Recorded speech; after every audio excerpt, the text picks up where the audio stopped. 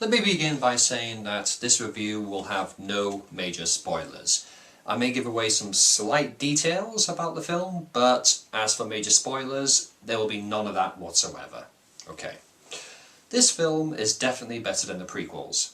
No doubt about that whatsoever. In this film we have real sets, real costumes, real props, real locations. And that definitely gives you a sense of realism for this film. The fact that what you're seeing is actually in a real location, it keeps you in the film, it keeps you with the story. One of the major problems of the prequels is that the majority of the locations were entirely CG. And take the Stormtroopers for example. In this film you've got real people in real costumes. You've got real people in the real Stormtrooper costumes. In the prequel films, all the clone troopers were CG. That's just lazy. I'm sorry, but that's just complete laziness. The fact that you've got clone troopers as CG models, you've got locations entirely comprised of computer-generated graphics. It's just it takes, for the prequel films, it took you out of them completely. Thankfully, in The Force Awakens, they've gone back to basics. The fact that we do have real people in real Stormtrooper costumes, we've got real locations, real props. It's great. You definitely, your attention is kept with this film because they add the realism of these locations very well. They adapt the characters to these locations wonderfully, and you're never really bored about what's going on in this film. So that's great. The battle scenes in this film are a lot more of a smaller scale than they are in the prequel films, and that's good because there's not one moment for all the action scenes in The Force Awakens that you're kind of questioning what on earth is going on. You don't have thousands of ships on the screen. You don't have thousands of soldiers on the screen shooting wildly at each other, and then so there's never a moment where you're sort of confused what the heck is going on. So the action scenes in this film, they're done really well. The props are excellent, and the fact that when you've got real people playing Stormtroopers, it gives you this old feeling of it's this old nostalgia feeling. Harping back to the original films, because I always love the fact that you had real people in real costumes. It does kind of give you the sense of realism, so that's great. I do have a few complaints about the film though, and these are just minor complaints, but the opening title sequence, usually in previous Star Wars films, to give you a sense of what's going on in the galaxy, they kind of tell you about what's been, what the events are leading up to this particular film. And the title crawl for The Force Awakens, now bearing in mind this film is supposed to be set 30 years after Return of the Jedi, it gives you virtually no details about what's been going on in the galaxy. It's so vague as well. I'm not going to tell you what it says, I'm not going to tell you what the title sequence actually tells you, but as for details about what's been going on in the 30 years since Return of the Jedi, it gives you virtually no details about what's been going on. And I think that, I don't know, I think that they should have explained a bit more about what's been going on in this galaxy. I'm sure in the next film, or in the many films we've got coming now, they'll go into more detail about what's been going on. But I think for this film, they should have really explained a bit more about the backstory. Kylo Ren.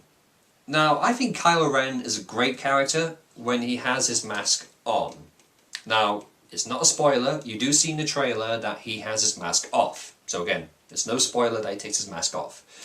But he takes it off halfway through the film. And he's this whiny character. It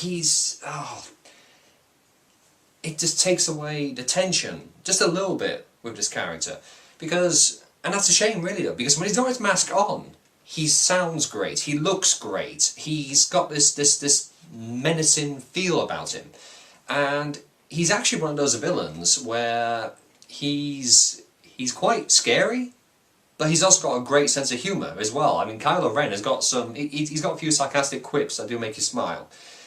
But when he takes the mask off, he's basically a different character.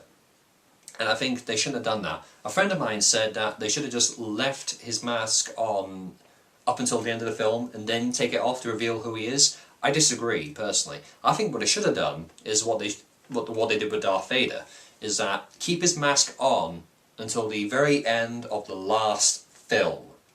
Do that. Because I think that would have worked out so much better, because that way you keep a sense of intrigue and mystery behind his character.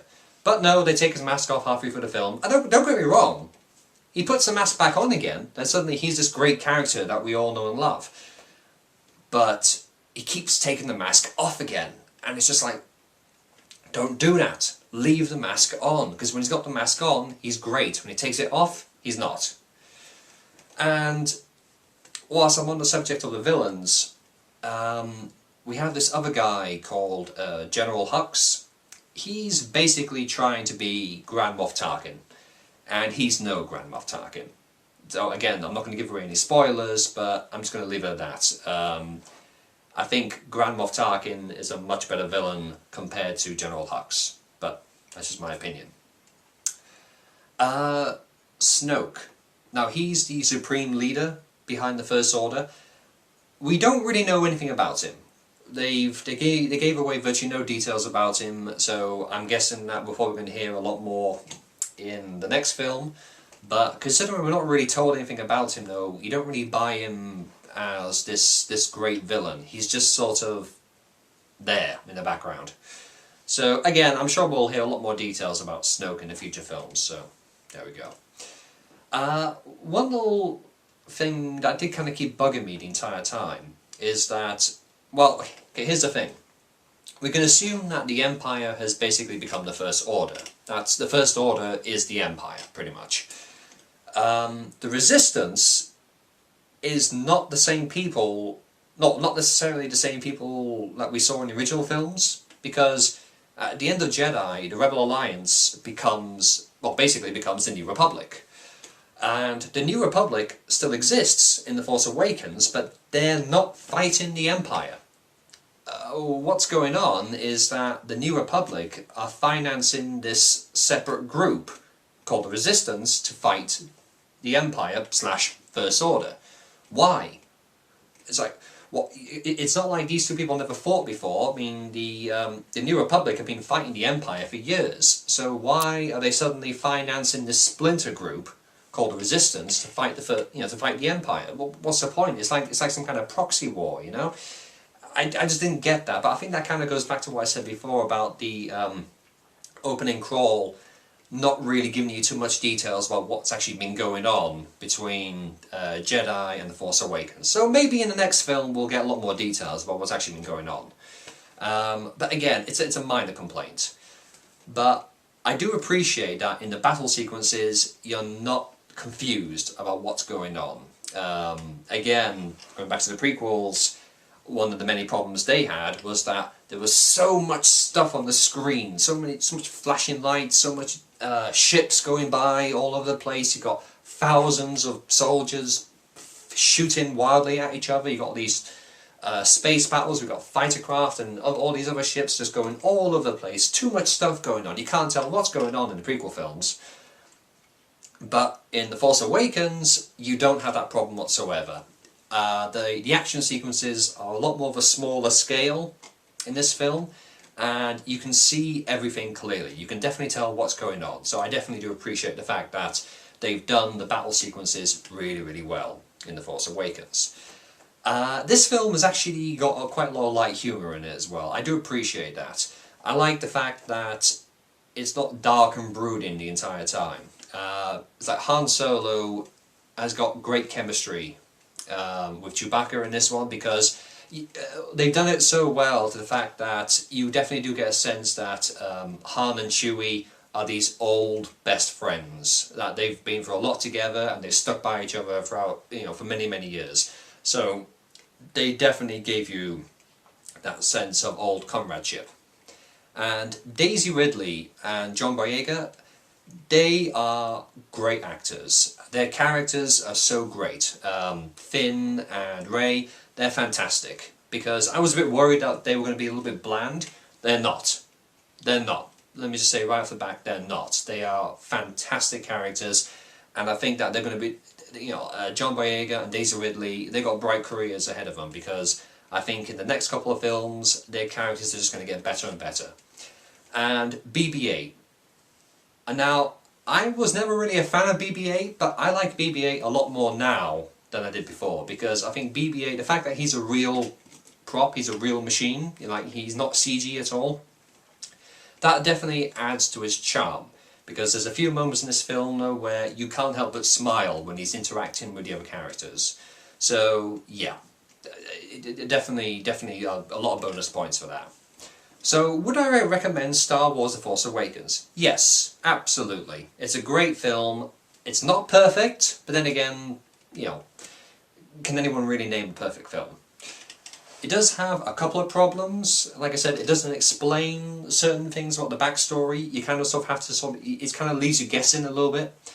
But the props are great. The story itself is great. There was never a point when I was bored. And I think that since this is the first film of a new sequel trilogy, of a new long line of films, I think that it's a great start to a new chapter of Star Wars.